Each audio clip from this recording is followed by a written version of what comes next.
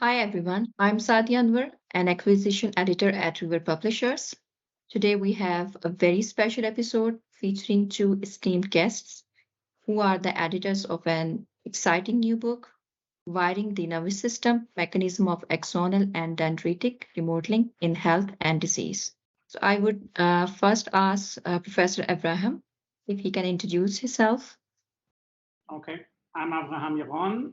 I'm an associate professor at the Weizmann Institute, located in Rehovot, Israel.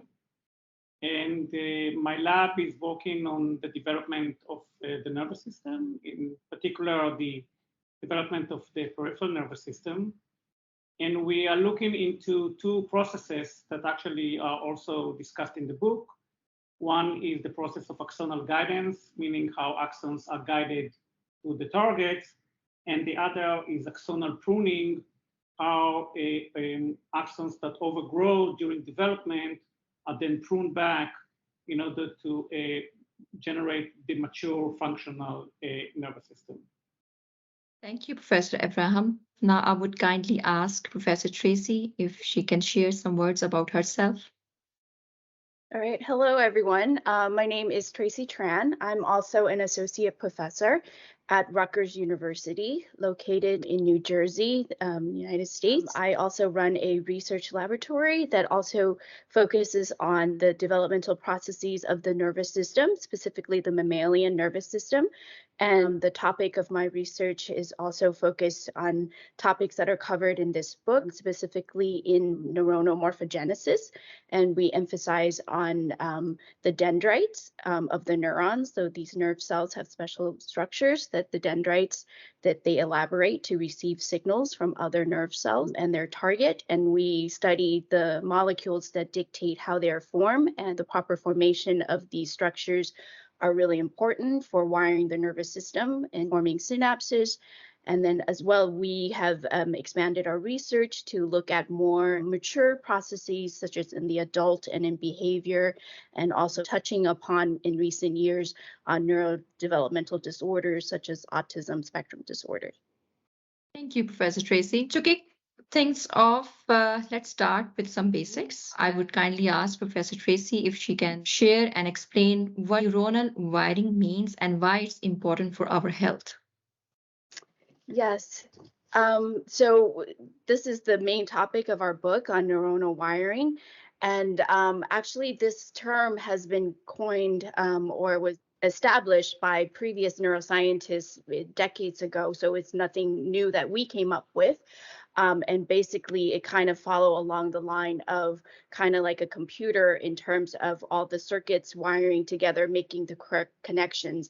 But in this case, they are biological units such as nerve cells or the neuron forming connections with each other. And then so it starts really fundamentally at the cellular level, at the single cell of one neuron forming a synapse with another, connecting with another and another, and then really forming a circuit, and then going up to higher processing such as network, and then as well as basically overall impacting the whole entire organism, such as humans, in terms of producing the proper behavior and actions, motor function, sensory perception. So basically, it's the fundamental process that dictates how the nervous system function, and we need it to function properly in order to be able to function and do everyday routine that we take for granted.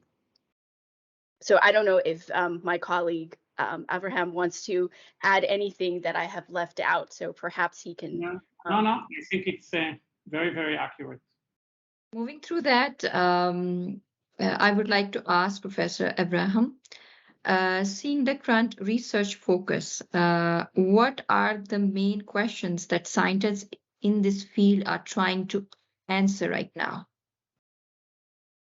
I think we still really don't understand how all the process is orchestrated together. So we have billions of neurons coming, developed during development.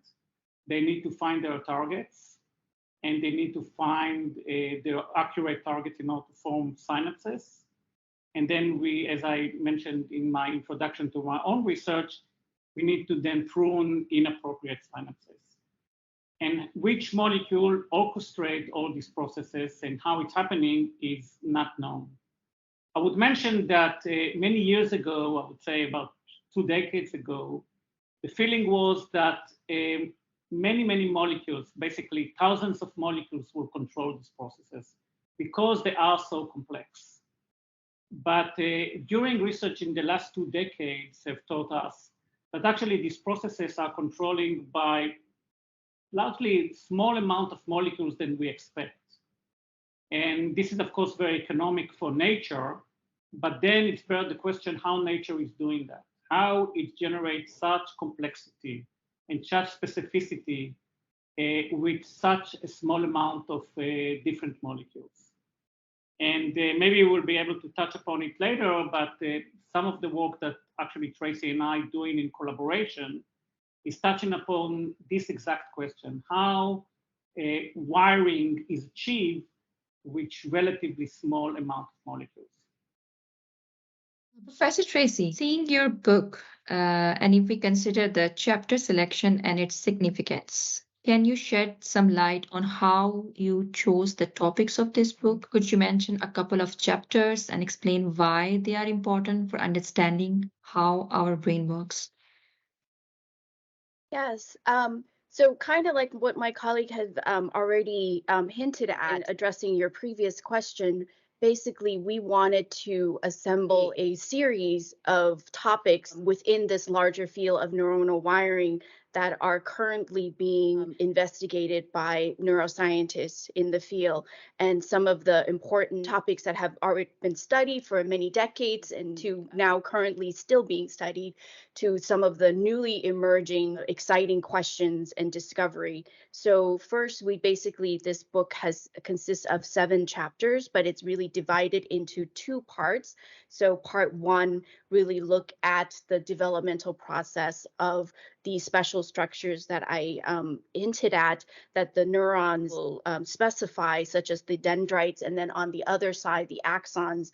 And basically, you need these special structures to give the special morphology to the neurons so that they can form the proper connections. So in the first half of the book, or the first 3 chapters or so, we talk about the process of how axons respond to molecules in their environment, and different gene transcription and gene programs to specify how they extend their axons out to find their target, their specialized morphology at the tip of the growing axons, such as the growth cones.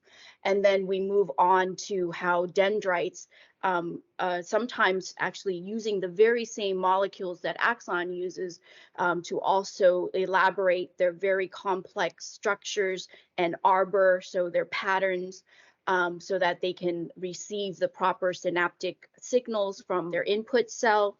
And then basically the first 3 chapters specialize on that, and then also touching upon the different mechanism of whether it is only just a molecular basis of the different molecules dictating this, or also such as activity is important. So neurons, as we mentioned, they communicate through synapses, and these are through chemical electrical signals that are passed on from one cell to another. And then so whenever an animal or humans, when we look at something or we perceive something in sensory context, these neurons receive these impulses, these chemical electrical signals, and they're called activity. So the neurons are active, and so sometimes the actual function will drive the connection itself, will help these connections to form. So we touch upon those aspect of the area in the subfield of neuronal wiring of, do these processes come together to wire the nervous system during development. And then in the second part of the book, we go into actually what happens when too many of these synapses are formed during development, as Avraham touched upon, that they need to be refined. They need to be fine-tuned and pruned back so that you would have the proper connection remaining and the extra connections that are not needed to be pruned back and to be eliminated so that the proper flow of information is correctly being organized and executed. And then as well as the second half of the book, we also touch on new processes of, how do these the pruning process happen, such as, newly being investigated question in the field that are actually really exciting right now, such as phagocytosis of these degenerating synapses and axons that are pruning back, that are being eliminated. So how does this process of phagocytosis in the nervous system will help to eliminate the extra synapses? And then as well as other exciting questions that are being asked, such as in terms of during injury or when in the disease state, when synapses are being lost, when these neuronal connections are being lost due to a disease condition or due to traumatic brain injury or spinal cord injury, that, how do some of the axons and the dendrites, these processes, could they be regenerated? And what are the processes that can help with that? And some of the exciting question is, could local protein synthesis regulating mRNA transport, will that help? And so how does this play into the whole dynamic of degeneration and regeneration of axonal connections? So that's our logic in terms of trying to put together a concise and logical flow of something that really exciting topic that both of us have is very passionate about in our own research and also in the field of neuroscience, that we wanted to give to the audience, that they can basically see from the very beginning, from development all the way to neurodegeneration, injury, disease, and then also the regenerative process in neuronal regeneration. So that's kind of our basic logic in terms of how we organize this book. I would just like to add that one thing that we put an emphasis on is to have, I would say, information and chapters written by people that work actually on invertebrates, on flies, and not just on mammalians. We know that in basic research, a lot of the basic concepts actually emerged from studies that were originally done in invertebrates and then found to be absolutely correct also in mammalians and the power of the invertebrate system. So it was very important for us that people that work on flies, in that case, I think two of the chapters really show how all their discoveries are related to the work in mammalian systems. And I think it's an important issue that the scientific community should pay attention to. And I think the general public should know as well that studies in flies can teach us later on a lot about our own nervous system. That's very interesting. Professor Tracy, you have delved into the interesting word of axonal degeneration and experience-dependent structural plasticity.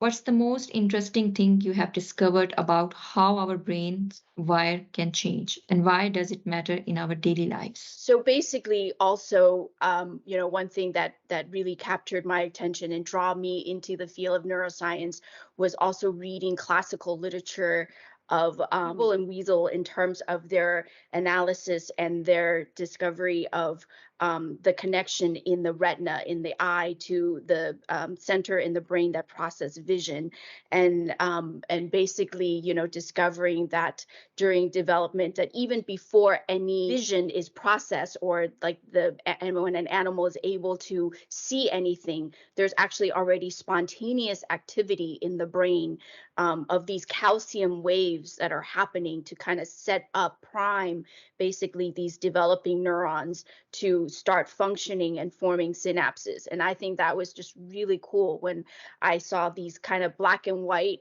time-lapse videos of these calcium waves that are happening in the brain that are setting up the visual processing circuits And of course, moving along more recently, to more activity-dependent regulation of how dendritic elaboration as well as axonal pruning or degeneration that happen is, for example, there are studies that have been done in terms of, for example, in the rodents, in their whisker pads. So, mice and rats have whiskers in their face, and actually this is topographically mapped onto their brain and their cortex in this structure called the barrel cortex.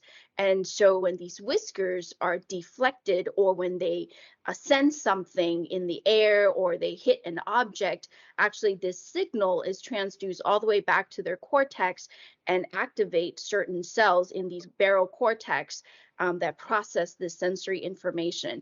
And scientists have used this system to basically study how activity or plasticity can either extend the receptive field of the dendrites in the barrel cortex, or in terms of the eliminating the connections, the synapses in the barrel cortex, by example of either generating a lot of stimulation to the whisker, or removing the whisker, plucking them from the animal. And then so we can see how dynamic this process is in terms of controlling the formation of connections in the animal. So I'll leave the audience with those two examples. And then maybe Avraham can actually also add on. I think some of our discoveries are really the basic principle how sensory axons degenerate. I think this is things that people, when we got into it, and many other laboratories as well, it's not just us that doing this work, how these axons degenerate was not clear. And this is related to many pathological conditions, mainly of peripheral neuropathy that happens due to diabetes or in response to chemotherapy treatments and so on. And I think our work, as I said, with others, have generated new insight, really what are the molecular mechanisms that control the elimination of these systems. It turned out to be that, at least in many cases, it's the system that controls cell death are operating specifically within the axons, in a very limited part of the axons, to break it apart. And we have found also other regulators of this pathway, elements of the cytoskeleton called microtubules that control it. And I think these insights will hopefully start to generate targets one can think of in order to treat this kind of conditions. Moving on to another question, I would like to ask Professor Avraham, could you please tell us any recent discoveries that could help people with brain diseases, especially seeing the research contributions that we have as part of your book and also overall? So I think we are more and more understanding really how the brain gets connected during development. As we mentioned, that's the main thing of our book, neuronal wiring.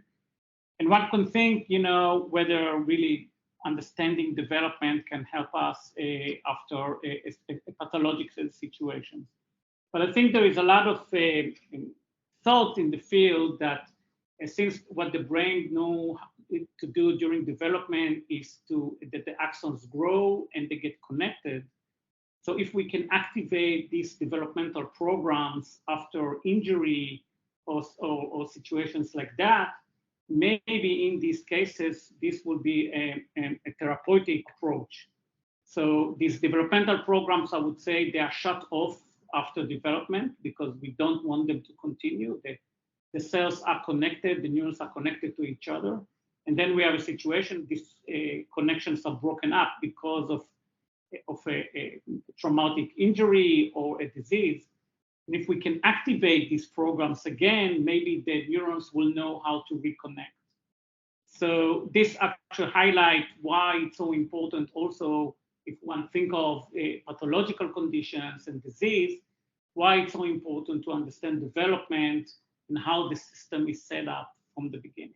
Professor Tracy, I would like to ask that, or perhaps from both of you, that what would be the most interesting moment in your research that you can say that this is the crucial point that we have discovered? I can speak of a few words about the research in my own lab and also the collaborative work that has been ongoing between my lab and Avraham's lab, because we are longtime collaborators for actually, believe over 10 years now, or at least 10 years. And so Great. in our research, as what Avraham kind of alluded to, is that, in the field, what's really important and what we have come so far along is that we have already established many of the molecules, or have discovered a lot of the key players in establishing the proper neuronal wiring in the developing nervous system, which is absolutely important, because as in any system or anything that you want to build, if it's not built properly in the first place, then you would have problems, and that would result in disorders or disease conditions, such as a lot of developmental disorders that is result of the system, the brain not wiring properly in the first place. And then so we have a lot of understanding of that in terms of what are the molecules, what are the genes, in terms of that are contributing significantly to that. But what we don't know is that what happened when these processes are done, when they're shut off after the critical developmental period, and in the mature nervous system, when everything is already hardwired, when everything is more static, that there's not so much plasticity left, although there are still some, but definitely not as much as in development. And the best scenario is that how can scientists learn from those developmental processes that are so robust and important in establishing the proper connection? Can we harness those molecules and perhaps reactivate them or reuse them? And also, as we mentioned earlier in the podcast, that nature is very frugal. It can recycle certain processes that has been used at a different time, at a different place, or with a different population of cells. That can we also, reintroduce these signaling pathways, these molecules that are important for establishing the proper connections? Can we use that during injury, during disease? And then so actually, in terms of our collaborative research that both the Tran lab and the Yaron lab has done, is that we basically, focus on certain pathways that are very important in development, in establishing axonal guidance and dendritic morphology. And we're dissecting out their multifunctionality in terms of how they can do this, how the very same molecules can promote axons to grow in the right direction to find the proper target, and how dendrites can branch in a certain pattern and complex morphology, and then how the very same signaling molecule can do this. What are the different downstream effectors that are being activated? Do these signaling pathway bifurcate, have separate pathways, or do they converge? And then so that, the better we are at understanding these diverse and multifunctionality of these proteins, then we can basically use them, or, again, harness them to see if they can be reactivated during injury state or in disease model system to use as therapeutic target, basically. But of course, this is a very, very long-term goal.